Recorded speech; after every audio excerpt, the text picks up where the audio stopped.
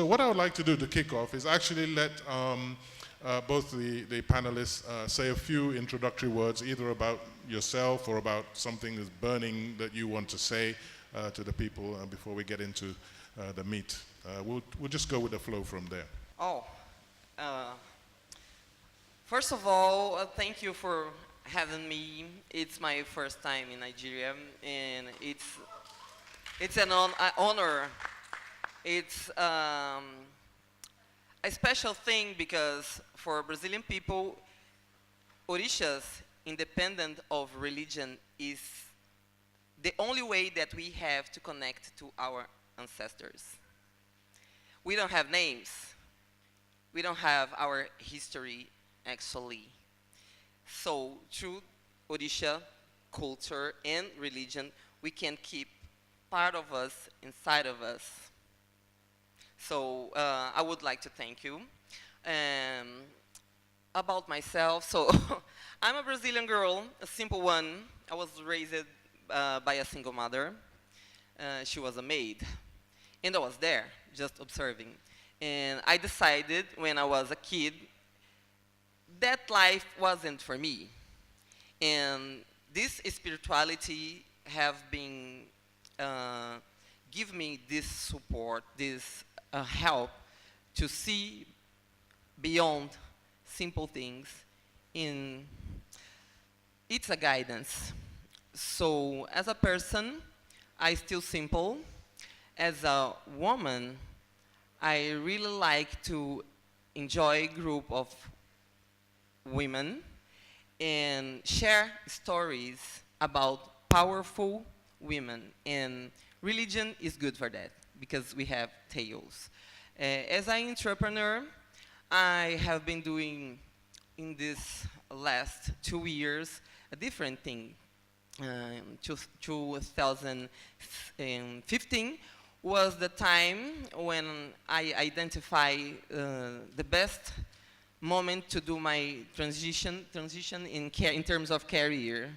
And I start with this business. I wasn't there when they opened the school, but I arrived there and I changed a lot of things. And the thing is, we are teaching English to Brazilian people, bringing black culture to the content. This is the point. And bringing black culture in Brazil, global black culture in Brazil, is something really different because black people are outside of media communication. Black people, sometimes we are not even considered customers. They just have propagandas and advertisement with white people. As you can see at the novels, black people are always maids and nannies and bad people. So bringing black culture for the content, global black culture after 2015, we can change a little bit. And we are 90% of women inside Ebony English. This is the point. So I'm simple, I'm here to enjoy you. Thank you very much. Round of applause, please. And same to you, just a little introductory talk. Sure. I don't know how many of you were here in the last session, but if you were in the last session, you're going to hear me say my article of faith again, which is fuck the patriarchy. And I will connect that to women in spirituality because it has a lot to do with the work that I do. I straddle various disciplines and identities. I mean, I was born in Egypt. My family moved to the UK when I was 7, and then we moved to Saudi Arabia when I was 15. And that move to Saudi Arabia really set the course for my life. It basically traumatized me into feminism. But it also taught me that there are different ways to be a Muslim, and that the Islam that I was seeing in Saudi Arabia was very different to the Islam that my family practiced at home. But I also began to wear a hijab when I was in Saudi Arabia. And I used to say that I chose to wear the hijab at the age of 16. But now at the age of 50, and I began this a few years ago actually, especially in the run-up to writing my book, I've really wrestled with the question choice.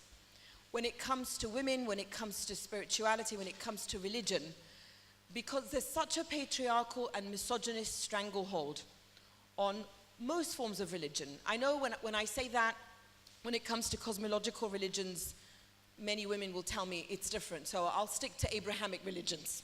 I'll stick to Islam, Judaism, and Christianity. And so that 16-year-old that I used to be, who thought that she had chosen to wear the hijab, that also set into motion that long struggle, that long wrestle with the word choice.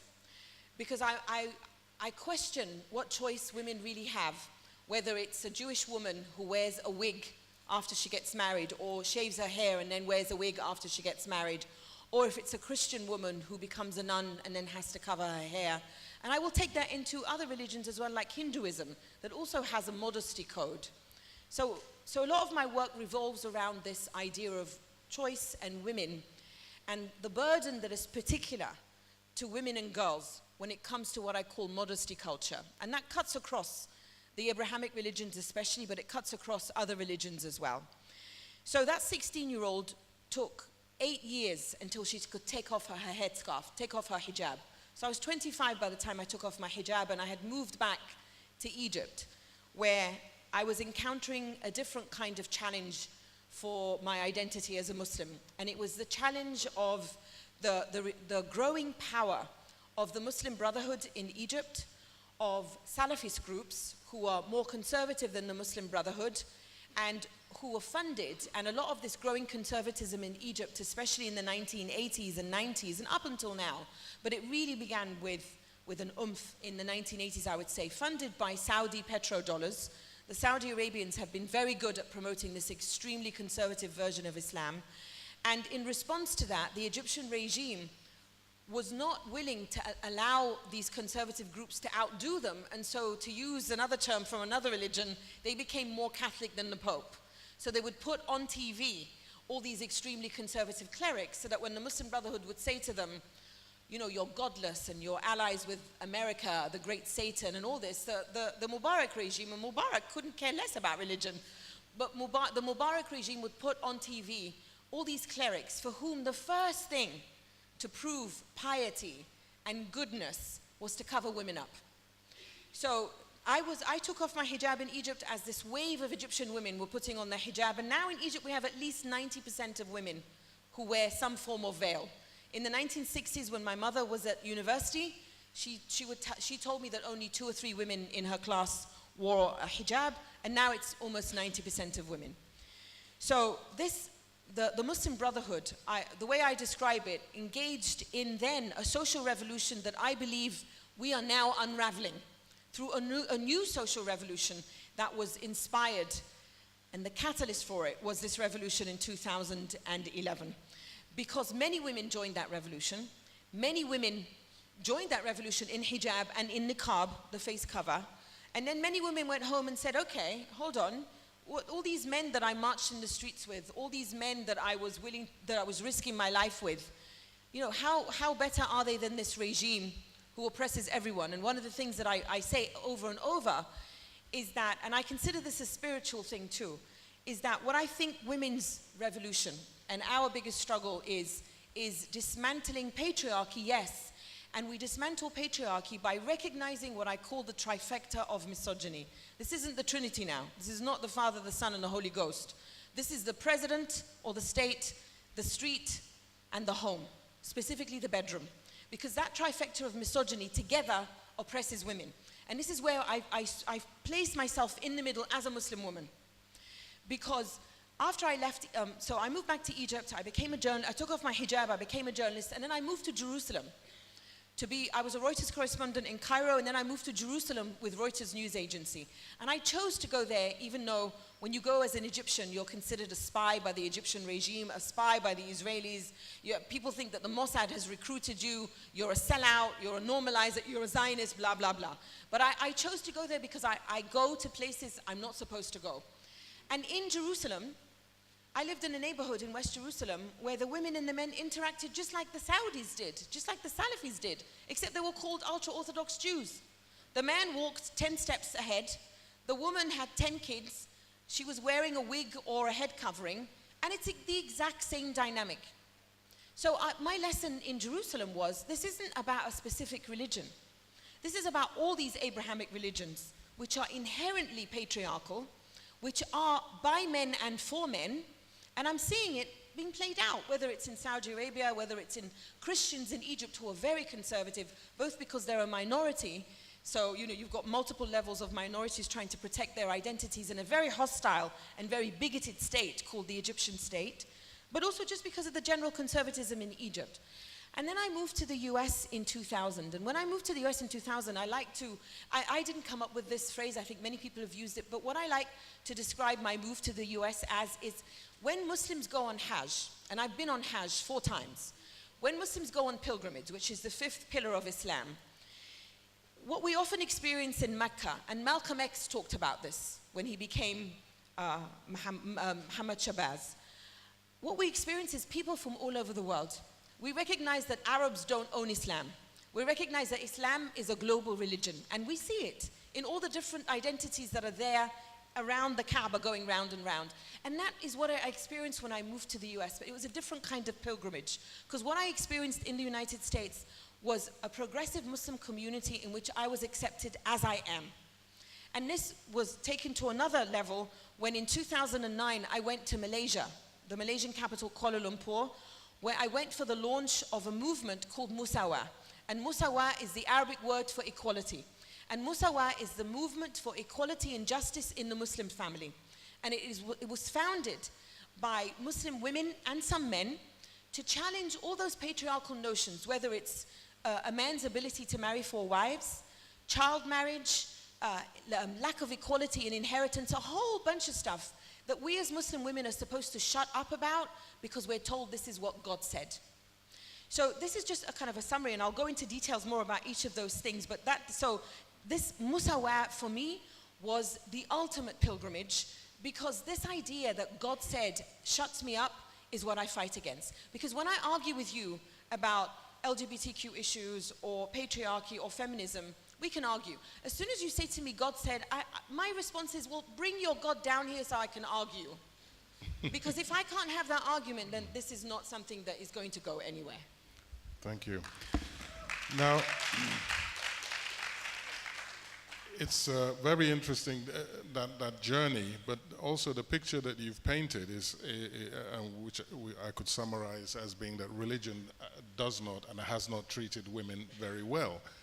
Now, you're in the Yalorisha, and that's, I guess, a kind of priest, and that's one thing maybe we don't find very commonly. It's beginning to happen in the Abrahamic religions. So you probably have a different story of how religion treats women, their status within that religion. So maybe we could see a little bit of that contrast. Yeah, I was thinking when you were talking, I was listening to you and comparing. So in terms of oppression, we are in total different position considering Candomblé. Only Candomblé. I have to make clear for everybody that we have issues with patriarchy in Brazil too. If you go to evangelicals, you are going to see it clearly. But about Candomblé, the place that I am, my family is, we are fundamentally, predominantly, this is a difficult word for a Brazilian person, women. This religion was founded by 3 women coming from Africa. They were slaves, first of all, when they started there, but after that, they founded the first Candomblé worship in Brazil. And this tradition keeps, we have a lot of godmothers. We call Yalorisha godmother in our family, our community, as God family or mother family. So we have a lot of women inside Candomblé work against the brotherhood problems, because we have, it's little comparing to a Muslim picture, but we are really working inside this religion, and our spirituality inside or outside religion is leadership, Because, for example, I'm the new generation. I'm 42. I am 16 years of initiation. Thank you. And I see a lot of girls around 20s just thinking, Marta is a mother, Marta is working, Marta is traveling, and Marta is also in Yellowisha, so I can do the same and be free. Because at the beginning, if you were Yellowisha, and even a Babalorisha, you have to work only for religion. This is a problem, because you can imagine me, as you are looking at me here, working to a big company. I used to work, my last 25 years, I was inside big companies like multinationals, and every Friday I was wearing white clothes and saying, good morning, folks, today is Friday, and please don't invite me for any coffee because it's Obatala Day. I was there bothering everybody because I was black.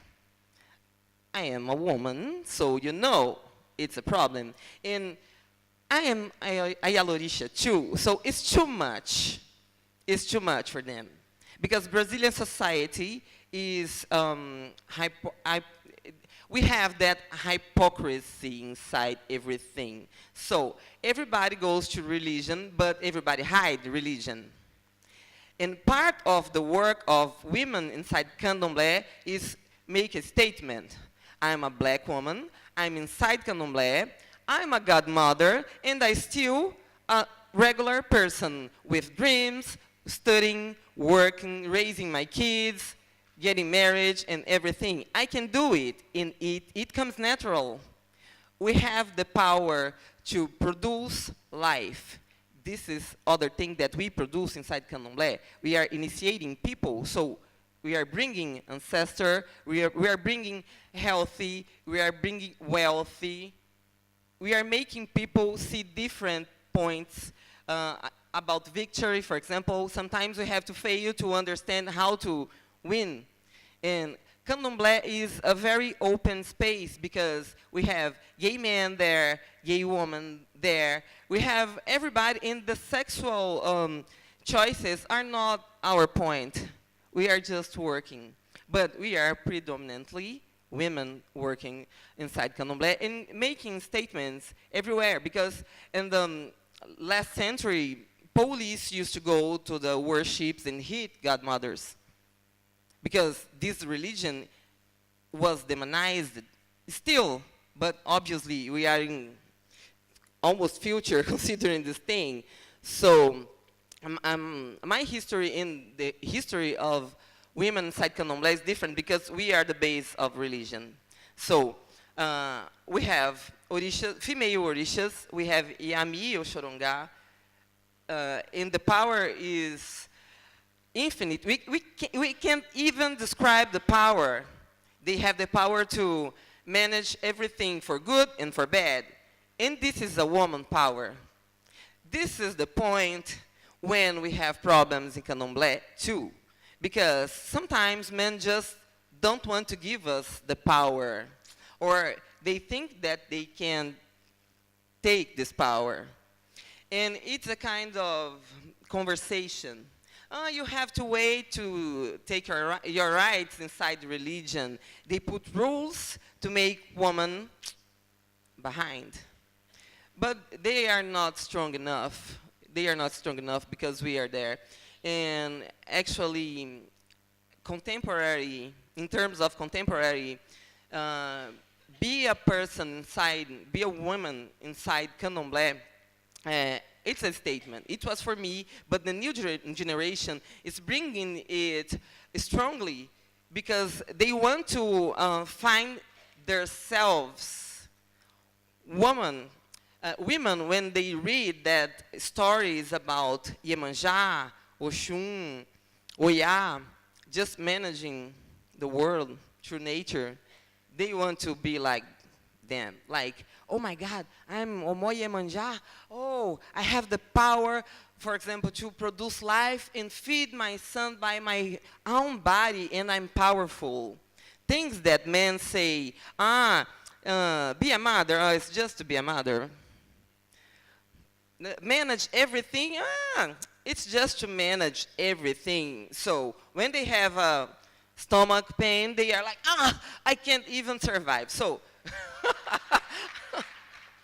this is the point when youth is coming to Orishas independent of Candomblé, because we have Ifa as a traditional religion too, but youth is coming to see, hear, and feel this religion because of women. Thank you. If I could, just a brief follow-up question then. So here we have a religion that was started by women, and that women have a very influential and powerful position. Is it going in the same direction as Mona has explained? You know, are we men, are the Candomblé, the men who are in Candomblé religion, going to start saying, oh, fuck the matriarchy, you know, I can't handle this? Or are you showing how it should be done? Or, you know, is the oppression and the... It's not the opposite oppression.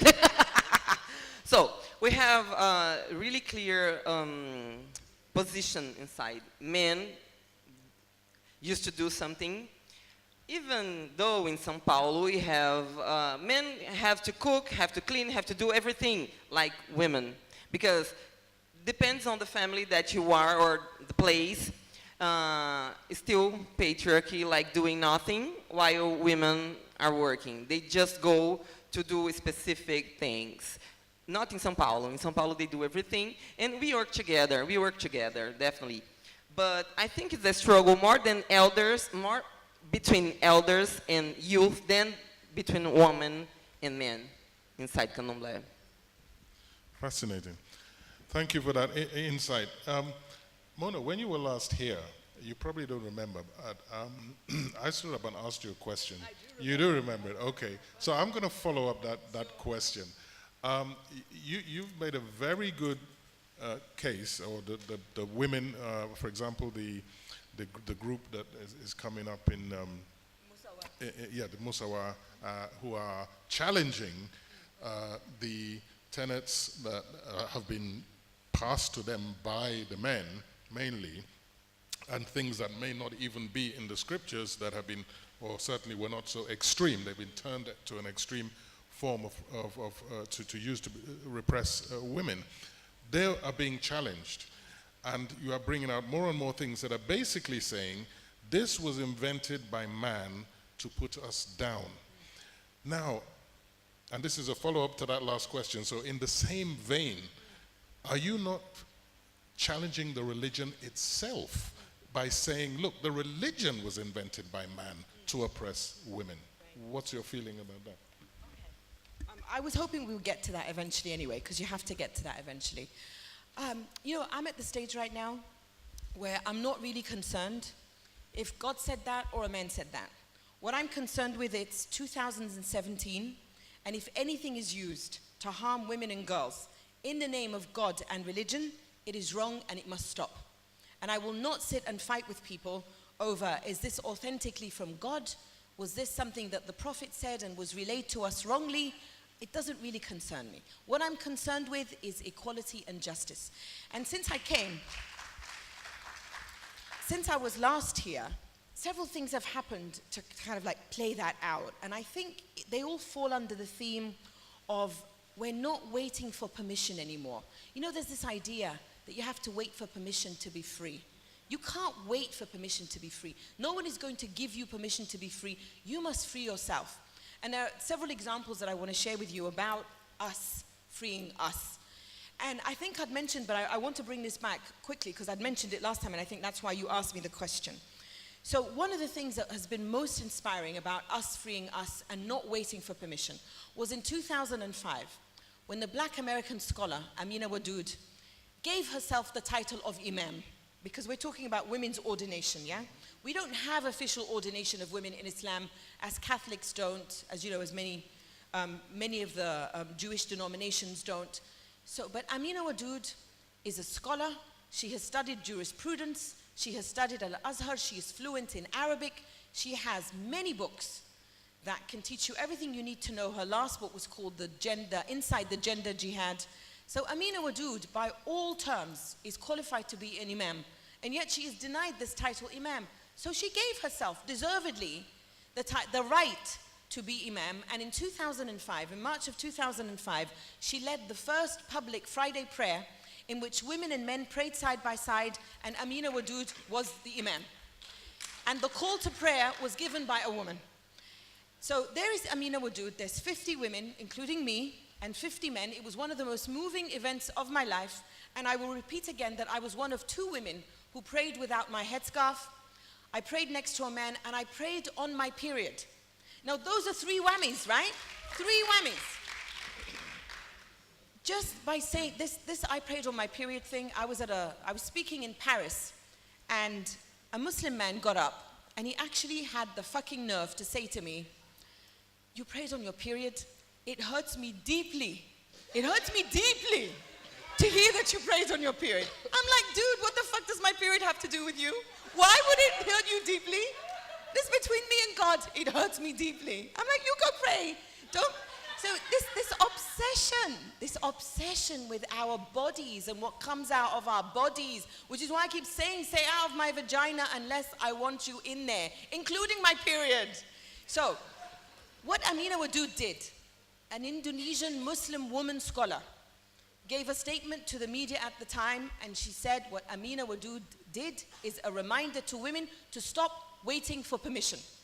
And that has been happening since I last came to see you. Because this year alone, so there's been at least 2 other women-led mosques, they're called. But just 3 months ago, a Turkish-German Muslim woman who's a friend, I know her, she's a friend of mine. She's called Shireen Atesh. Shireen is a lawyer, and she has defended many women in domestic violence cases, and she has been the subject of an assassination attempt by the husband of a woman who she was defending in a domestic violence case. So Shireen, who also identifies as a progressive Muslim woman, said, you know what? No more these mosque spaces where women are put at the back, or women are put next to the garbage and the shoes, or in many places there's no space for women at all. She created a mosque for women in which the LGBTQ community is welcome, in which women can lead prayer, in which queer people can lead prayer, in which you don't have to wear your headscarf, and in which if you cover your face, you're not allowed to go in. She has since made an exception and said that if you show your face, and I'm saying this because I said this at a school in the UK, and I had 4 Muslim girls walk out. How can you ban a woman in niqab? I'm like, excuse me, all the mosques are open to you. You're coming to this one mosque, and you're complaining about it, but anyway, that's another issue. I fight so many things, like 10 million fucking fights every day. But anyway, it's the other thing about not waiting for permission that I think is really important to this discussion about spirituality and dismantling religious patriarchy, yeah?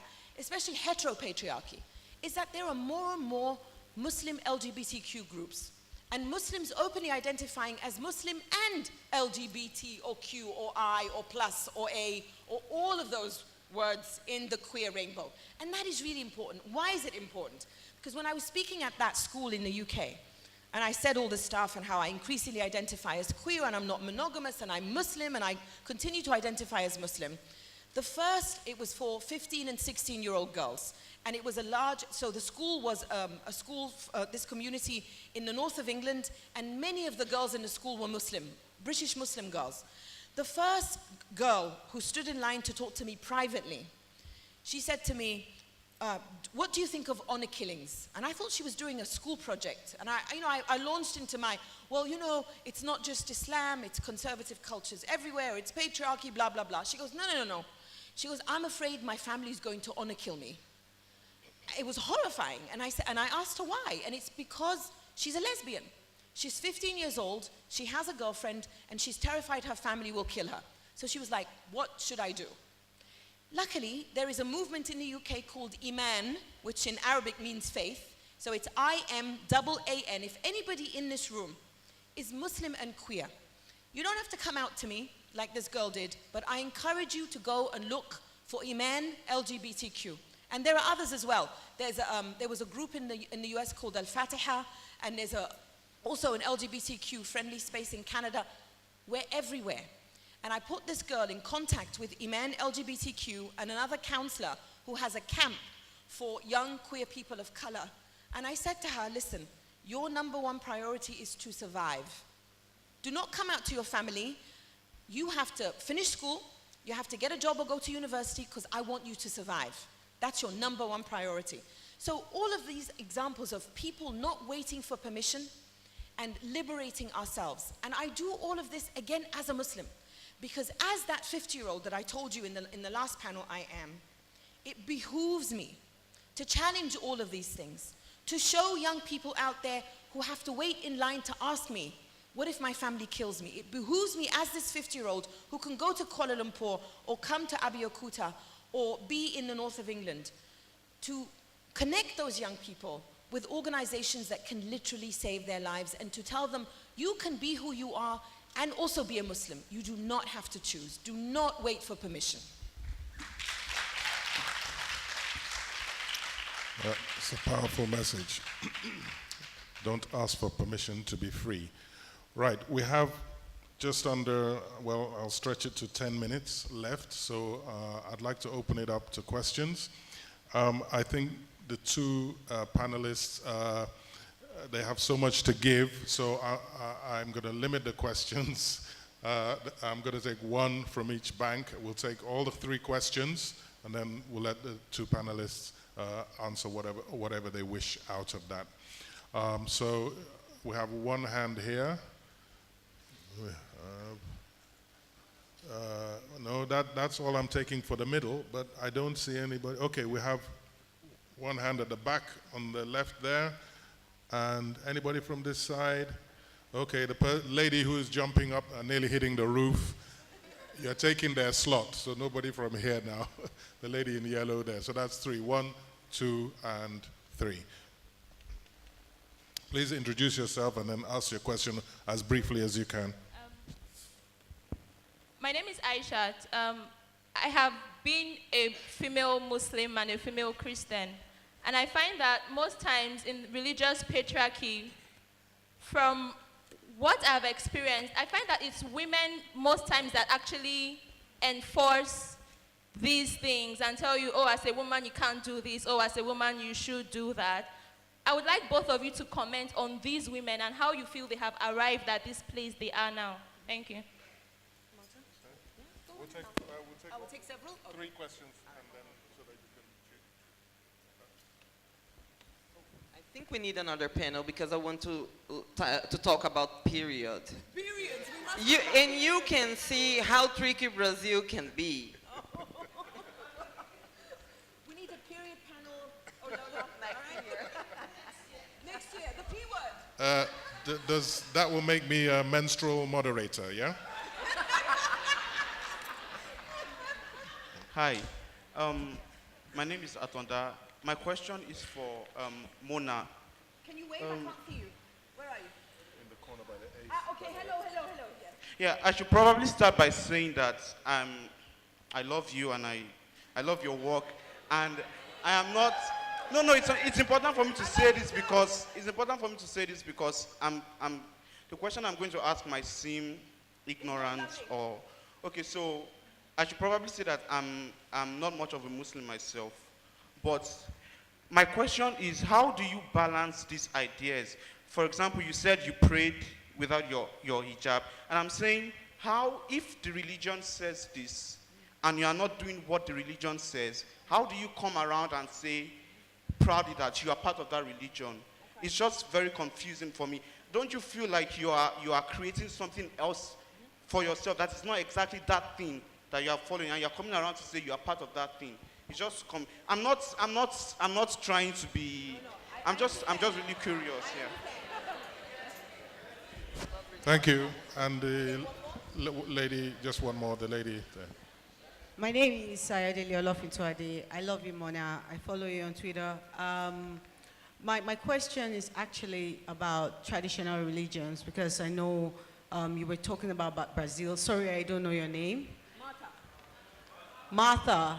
I hope I got it right. Anyway, so I'm fascinated by traditional religion, especially in Nigeria, because I've been in conversation with people who are Oshun worshippers and stuff like that.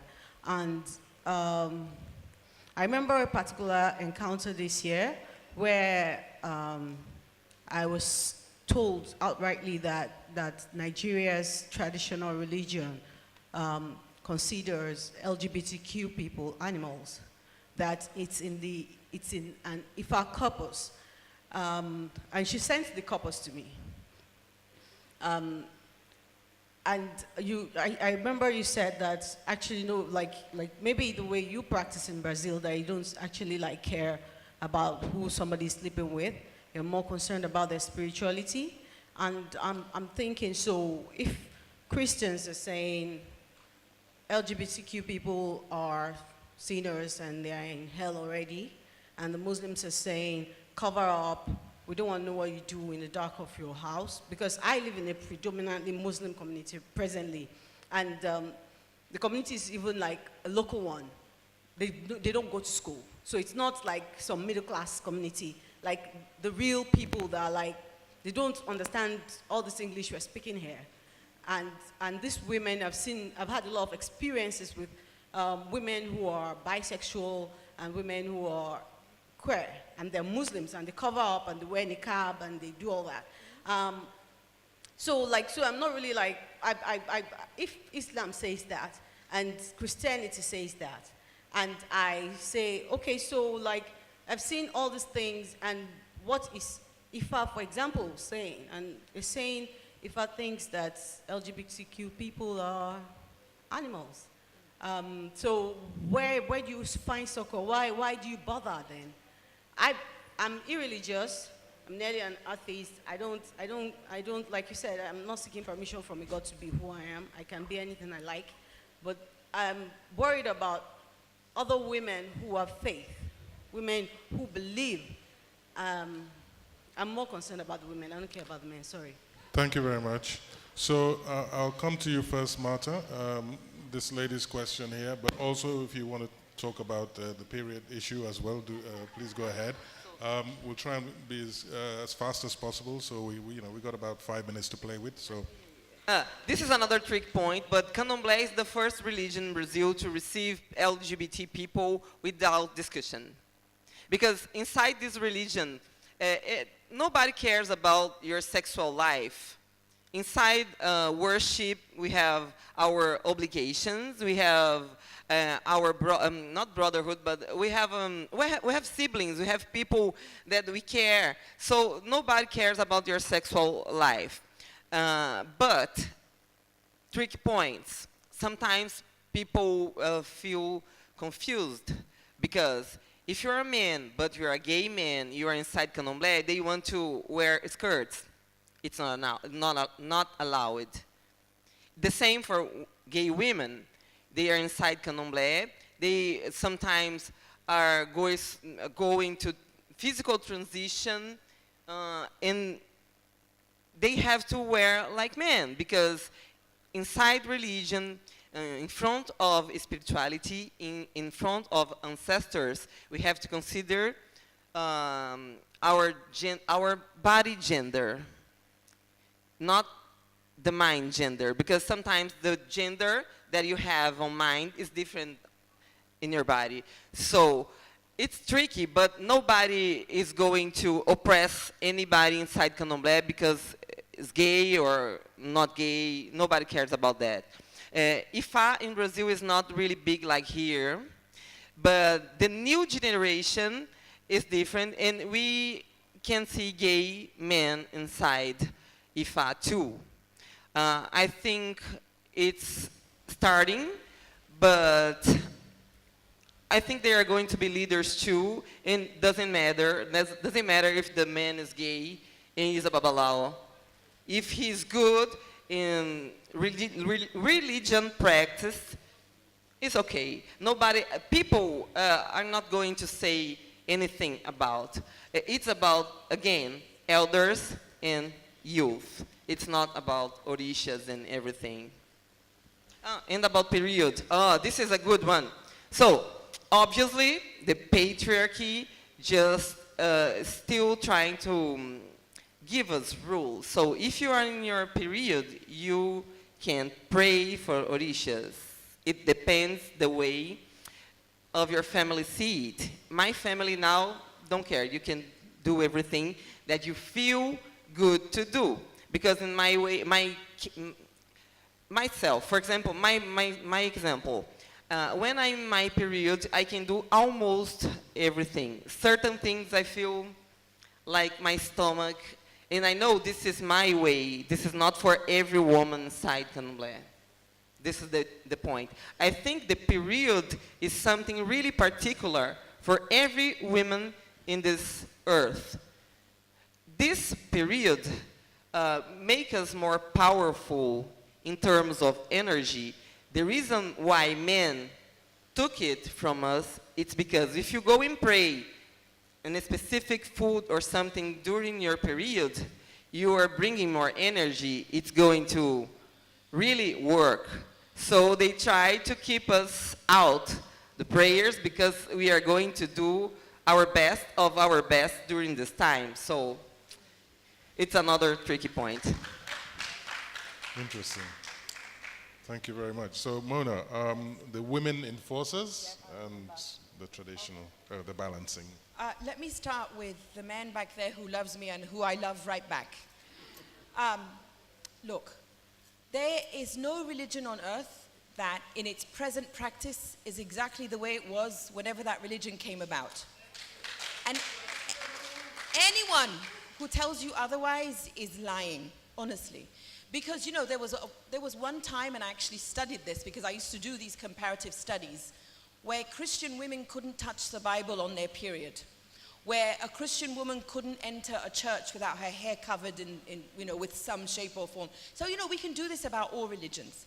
But I also have to remind you that in answering this question, I am in that, I'm caught between that rock and a hard place that Muslim women are always caught between. And I'm saying this in a country like Nigeria, where, you know, you have a big Muslim community and a big Christian community. Sometimes they don't always get along. There are stereotypes of the Muslim community. And I'm sitting here as a Muslim woman who obviously doesn't represent all Muslims, but I'm often called on to speak for all Muslims. And specifically when it comes to being a Muslim woman, there is a part of me that is very cognizant of the fact that anything I say will be used by people to demonize Muslims, yeah? You see these backward Muslims, yeah? And anything I say that is rightfully and justifiably critical of the so-called community, the community's like, shut up, Mona, you're making us look bad in front of the people out there. So I'm not caught between a rock and a hard place. But you know what? I like being caught between a rock and a hard place because I like to complicate things. I want you to understand that life is complicated and that being a Muslim woman is complicated and that being religious in today's society or identifying with a religion is complicated. So my long-winded answer to your question is, who said I have to cover my hair when I pray? Who said I can't pray on my period? And why was it said? And by who and for whom? There are so many questions. My main concern, I'm not concerned about any of this now. When I was younger, I was concerned. Because when I was younger, I had no power. Because this is paving the way for the second question now. I had no power. And when you have no power, you do as you're told. I have power now. And I will not do as I'm told. So I will ask, who said this? And why can't I do this? And if you believe in a deity, or plural, or whatever you want to describe it as, is that deity one of justice? Is that deity really obsessed with me covering my hair when I pray? Because why? Because it's going to be tempted like all of these men are told women must be covered? Why? This is supposedly the deity that created me, right? I mean, we end up in these ludicrous conversations that I think are just nonsensical. The priority here is how do you present yourself in front of whatever deity you worship?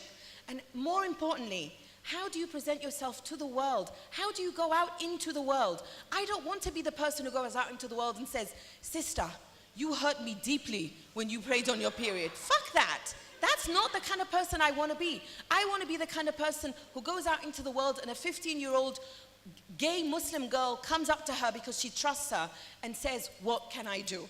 So I'm interested in justice. I'm interested in equality. That is it.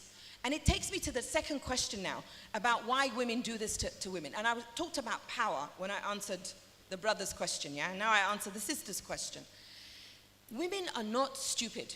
Women know what we need to do to survive. And in a patriarchal system, we know what to say and what to do and what to dress and how to behave and how to fuck and how to eat and how everything is done with an eye on patriarchy. So women, I call women like that the foot soldiers of patriarchy, because they recognize, or they are told, and they don't have enough power to fight this. And I'm not saying they don't have enough power to fight this so that I can look down on them. That's not what I'm saying. That's why I said, when you have privilege, you're obliged to fight 10 times harder, because there are many people who don't have your power or your privilege. So those women are taught that they will be protected from the crimes of patriarchy if they perform the role of foot soldier for patriarchy. So they go around and police other women. Your skirt's too short. Your hair is showing from your hijab. You didn't pray your whatever.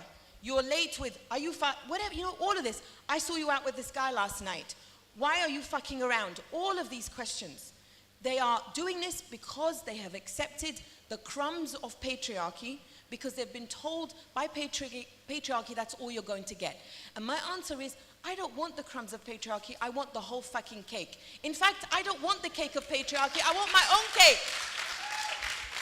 So, until we have that world, until we make the impossible possible, and we dismantle patriarchy, and women are not told this lie, because you know what, even those foot soldiers of patriarchy are hurt by patriarchy. Look at American Christian women right now, evangelical women in America, who are showing up to Trump rallies with, grab this pussy.